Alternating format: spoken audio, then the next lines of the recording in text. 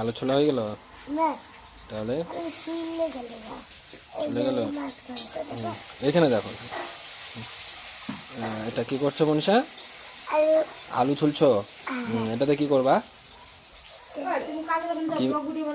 মানে এটাতে কি বানাচ্ছ কি করবা বলো আলুর দম বানাবা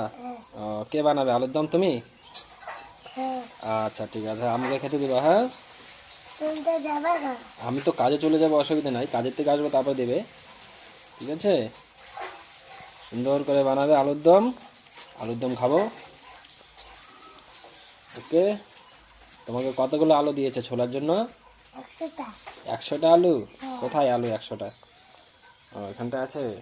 আরে বাবা ঠিক আছে চলো ঠিক আছে আরে বাবা অনেকগুলো আলু দিয়েছে মনি আজকে আলু ছুলছে তবে আলুর দম করবে আলুর দম ঠিক আছে টাটা বলে দাও বলে আলুর দম বানানোর পরে আমি আর তোমাদের খাওয়ার জন্য ডাকবো তাই না